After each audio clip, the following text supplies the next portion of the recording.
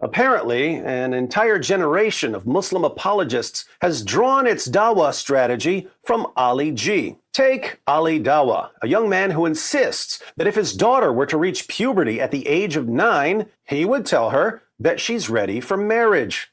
If my daughter reached the age of menstruation at 9 years old, I would say you are ready to get married.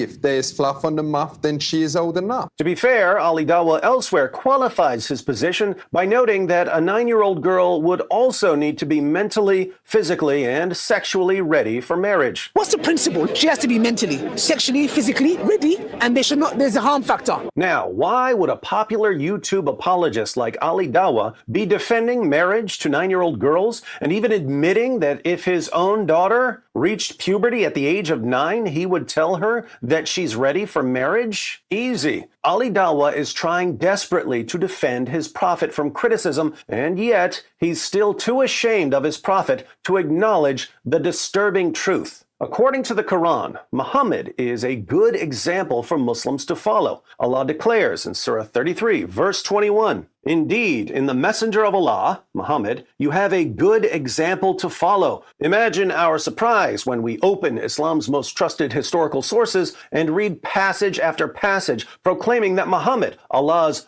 good example for Muslims, had sex with a 9-year-old girl. Sahih al-Bukhari narrated Aisha that the Prophet wrote the marriage contract with her when she was 6 years old, and he consummated his marriage when she was 9 years old, and then she remained with him for 9 years, i.e. till his death. Why did he wait 3 years? This is really important, because the fact he knew she was not sexually developed, he had to wait 3 years in order for her to become an adult, then to consummate. If there's grass on the pitch, let's play. The problem with the Ali G defense is that, much like the Aisha was much older defense, it's completely false and only works in an atmosphere of ignorance. The claim that Aisha had reached puberty by the time she was taken to Muhammad's house so that he could tear her hymen is based entirely upon conjecture. According to another passage, Muhammad only waited until Aisha's hair came down to her ears. Sunan Abu Dawud 49:35. It was narrated, with another chain, that Aisha said, "When we came to Al-Madinah, some woman came to me while I was playing on a swing, and my hair only came down to my ears.